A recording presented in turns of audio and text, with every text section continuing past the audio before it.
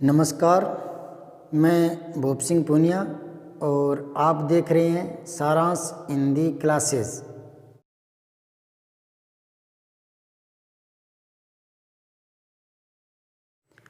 आज फिर से लिंग पर चर्चा करते हैं। हिंदी में लिंग कितने प्रकार के होते हैं? संस्कृत में 3 तरह के लिंग माने गए हैं। भले ही हिंदी संस्कृत से निकली हो, फिर भी इसने अपने लिंगों की व्यवस्था अलग से की है और 2 ही लिंगों का प्रावधान रखा है। जबकि संस्कृत में 3 प्रकार के लिंग हैं, स्त्रीलिंग, पुल्लिंग और नपुंसकलिंग। ये तीसरा कैसे है, इसके बारे में थोड़ा सा मैं कल चर्चा कर चुका था, वहीं से फिर शुरू कर रहा हूँ। कल वाली वीडियो की जो बातें हैं उन्हीं को दोहराते हुए और आगे बढ़ रहे हैं। पहले लिंग की परिभाषा बताता हूँ। संज्ञा शब्दों का वह रूप जिससे उसकी जाति का पता लगे, पुरुष जाति का है या स्त्री जाति का है, ये पता लगता है, उसे लिंग कहते हैं, स्त्री और पुरुष। ठीक है, तो पुल्लिंग और स्त्रीलिंग 2 प्रकार के लिंग हो गए। अब अलग से बताता हूँ पुल्लिंग की परिभाषा क्या है और स्त्रीलिंग की परिभाषा क्या है। ये तो बताई थी लिंग की, अब पुल्लिंग और स्त्रीलिंग की सुने। जिन शब्दों से या जिन वस्तुओं से, जिन चीज़ों से पुरुषत्व का बोध होता है उनको पुल्लिंग शब्द कहते हैं, तथा जिन शब्दों से या जिन चीज़ों से या जिन वस्तुओं से स्त्रीत्व का बोध होता है उनको स्त्रीलिंग में लेते हैं। जैसे लड़का, हाथी, पेड़, पहाड़, ट्रक, नगर, बहुत से शब्द हैं, असंख्य। तो ये जो शब्द है आप देख रहे हो, इनमें पुरुषत्व का बोध होता है, तो ये पुल्लिंग में है, लड़का, हाथी। ठीक है, इसी प्रकार लड़की, गाय या हाथी की जगह हथीनी, है ना, तो ये स्त्रीत्व का बोध कराती है, तो ये स्त्रीलिंग में आ गई। लड़की, गाय, लता, पहाड़ी, बस, नगरी, इस तरह से। तो आपने तीनों की परिभाषा देख ली, लिंग की, पुल्लिंग की और स्त्रीलिंग की, तीनों की परिभाषा देख ली। अब बात करते हैं नपुंसकलिंग के बारे में, जो संस्कृत में है, हिंदी में नहीं है। इसका प्रावधान कैसे किया गया वो देखिए आप, कि जो स्त्री और पुरुष जाति के हैं उनके अलावा भी बहुत से पदार्थ शेष रह जाते हैं, उनमें पुरुषत्व की कल्पना कर ली गई और आधे पदार्थों में, आधी चीज़ों में स्त्रीत्व की कल्पना कर ली गई। ये किस आधार पर की गई? तो बल, कठोरता, श्रेष्ठता, इन चीज़ों को देखकर और उनमें पुरुषत्व की परिकल्पना कर ली, तो उनको पुल्लिंग कह दिया। ठीक है, और इसके विपरीत नम्रता, कोमलता, सुंदरता, इन भावों का एहसास करके और स्त्रीत्व की परिकल्पना करके उनको स्त्रीलिंग में ले लिया गया। जैसे पहाड़, तो कठोरता या बल, इस तरह का इसमें एहसास किया गया, और पहाड़ी, इसमें कोमलता, है ना, इस तरह का एहसास किया गया, तो इसको पुल्लिंग मान लिया गया और इसको स्त्रीलिंग मान लिया गया। ठीक है, दूसरा देखिए ट्रक, तो इसमें बल का, कठोरता का एहसास किया गया। इसके अलावा बस, है ना, तो बस में कोमलता का एहसास किया गया, तो ट्रक को पुल्लिंग में ले लिया और बस को स्त्रीलिंग में ले लिया। इसी प्रकार नगर, तो नगर में इन चीज़ों का एहसास किया गया, तो पुल्लिंग में ले लिया, और नगरी तो कोमल सी, है ना, तो इसमें नगरी में स्त्रीत्व की परिकल्पना करके स्त्रीलिंग में ले लिया गया। इस प्रकार इनका लिंग निर्धारण किया गया। यहाँ देखिए पंखा, पंखी, तो पंखा जैसे कठोर सा, पंखी जैसे कोमल सी, है ना, तो इस तरह का भाव एहसास करके इनको पुल्लिंग और स्त्रीलिंग में ले लिया। इसी प्रकार मोर, मोरनी, ये तो यथार्थ में है।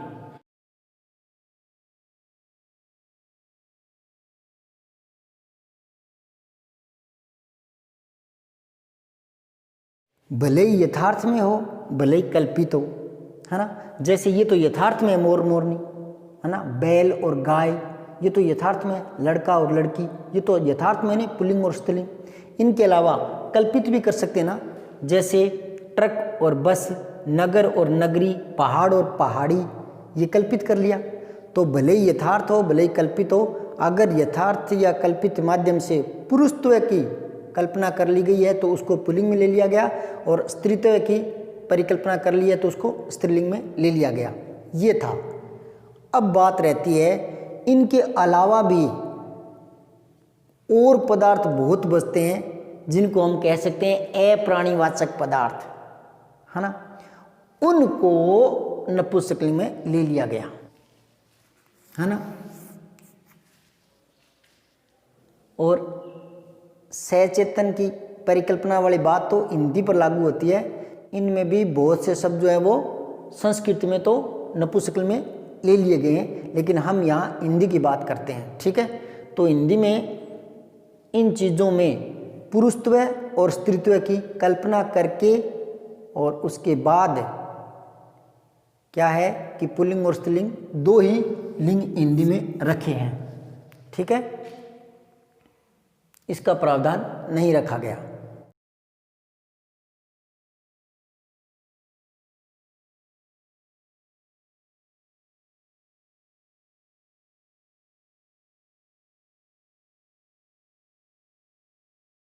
चूंकि सभी अप्राणीवाचक को हिंदी में सचेतन मान लिया गया और सचेतन मान लिया तो फिर उनमें पुरुषत्व और स्त्रीत्व की परिकल्पना कर ली, तो इनको दो ही लिंगों में विभक्त करके रखा गया है।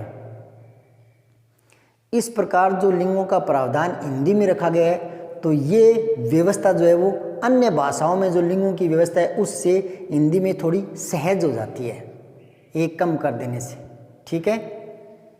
फिर भी इतना आसान नहीं है लिंग छांटना। क्यों? क्योंकि हिंदी में जो दूसरी भाषाओं के शब्द आए हैं उनकी मूल प्रवृत्ति, उनका मूल व्यवहार, उनका मूल प्रयोग, है ना, वो पेचीदियाँ पैदा करता है। और चूंकि हिंदी में से दूसरी भाषाओं के शब्द हम हटा नहीं सकते, दूसरी भाषाओं के शब्द हिंदी में हटाने का मतलब है हिंदी को तोड़ देना, हिंदी को समाप्त कर देना। चूंकि हिंदी में ज़्यादातर तो दूसरी भाषाओं के शब्द हैं, हिंदी में हिंदी के तो बहुत कम शब्द हैं, इसलिए थोड़ी पेचीदी रहती है। हिंदी में लिंग का पूर्ण निर्णय करना तो कठिन पड़ता है, क्योंकि पूरे नियम और व्यापक नियम बन नहीं सकते, क्योंकि इसके लिए भाषा के व्यवहार का निश्चित आधार नहीं है, इसलिए पेचीदियाँ आती है। और वैसे भी हिंदी में जो 10.5 लाख के लगभग शब्द हैं, तो प्रत्येक में लिंग निर्धारण करना आसान नहीं है। फिर भी कुछ नियम हैं, उन्हें नियमों को बताऊंगा तो हमारी समस्याएं बहुत सी हल हो जाएगी। पहले उन नियमों की शुरुआत करूं उससे पहले मैं सामान्य नियम बताता हूं लिंग छांटने के लिए। वो नियम है छोटे बच्चों के लिए, तो वो देखिए थोड़ा सा, छोटे बच्चों के लिए काम की बात है।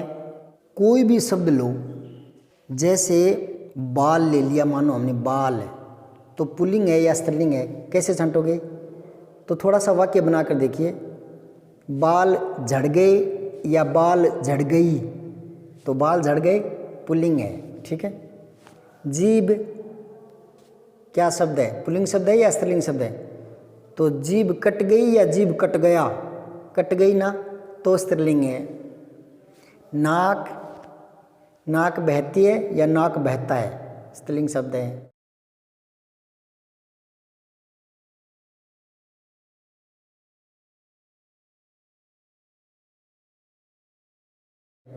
कान पुल्लिंग शब्द है। धरती फट गई या धरती फट गया, तो स्त्रीलिंग शब्द है। आकाश क्या है? पुल्लिंग है या स्त्रीलिंग है? सोचिए, थोड़ा वाक्य बनाइए। तो आकाश नीला होता है या आकाश नीली होती है? नीला होता है तो पुल्लिंग शब्द है। चिड़ी उड़ गई या उड़ गया? उड़ गई तो स्त्रीलिंग है ना। मोर उड़ गया तो पुल्लिंग है। रेत क्या है? मिट्टी उड़ रही है या मिट्टी उड़ रहा है। उड़ रही है तो मिट्टी स्त्रीलिंग है। धूल, धूल उड़ गई या धूल उड़ गया, उड़ गई ना, तो धूल क्या है, स्त्रीलिंग है। धूप निकल आई तो स्त्रीलिंग है। यूं थोड़ी बोलेंगे धूप निकल आया। ऐसे थोड़ा वाक्य बना करके हम देख लेते हैं। ये छोटे बच्चों के काम की बातें हैं, छोटे छोटे वाक्य बना के देख लिया करो। मेज, वहाँ मेज रखी है या वहाँ मेज रखा है, रखी है तो मेज स्त्रीलिंग है। कुर्सी स्त्रीलिंग शब्द है। चारपाई स्त्रीलिंग शब्द है। सूरज क्या है, पुल्लिंग है या स्त्रीलिंग है? सूरज या सूर्य पूर्व दिशा में उदय होता है या पूर्व दिशा में उदय होती है, होता है तो सूरज पुल्लिंग है। इस तरह से छोटे बच्चे इन शब्दों का लिंग वचन देख सकते हैं, लिंग निर्धारित कर सकते हैं। अब आगे सुनिए।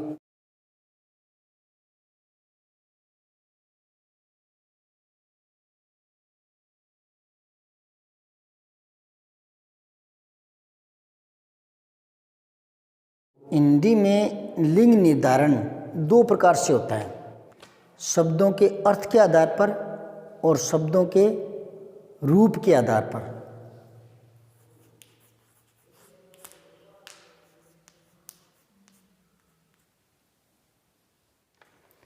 अर्थ के आधार पर तो बहुधा प्राणीवाचक जो वस्तुएं हैं, चीज़ें हैं, उनका लिंग निर्धारण होता है, ठीक है।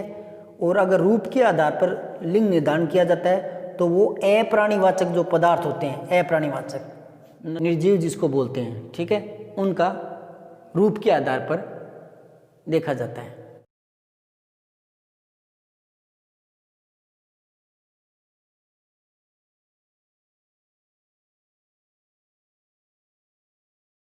और इसके अलावा भी कुछ बच गए शब्द तो उनका लिंग निर्धारण व्यवहार से किया जाता है। और व्यवहार से जब लिंग निर्धारण किया जाता है तो वहाँ व्याकरण हमारी कोई सहायता नहीं कर सकता, ये व्याकरण की सीमा है। तो व्यवहार के आधार पर जो शब्दों का लिंग निर्धारण होता है वो तो थोड़ा पेचीदा रहता है। और बाकी बच्चों के लिए आसान सी ट्रिक मैंने बता दी कि वो उन शब्दों का वाक्य बनाकर देख सकते हैं छोटे बच्चे, तो वो आराम से उनका लिंग निर्धारण कर सकते हैं। अब रही बात कंपटीशन के लेवल की बातें या बड़े बच्चों के लिए, तो उनके नियम कल से शुरू करूँगा, एक एक नियम और उनके उदाहरण बताता जाऊँगा, तो आपको बहुत सी सहायता मिलेगी।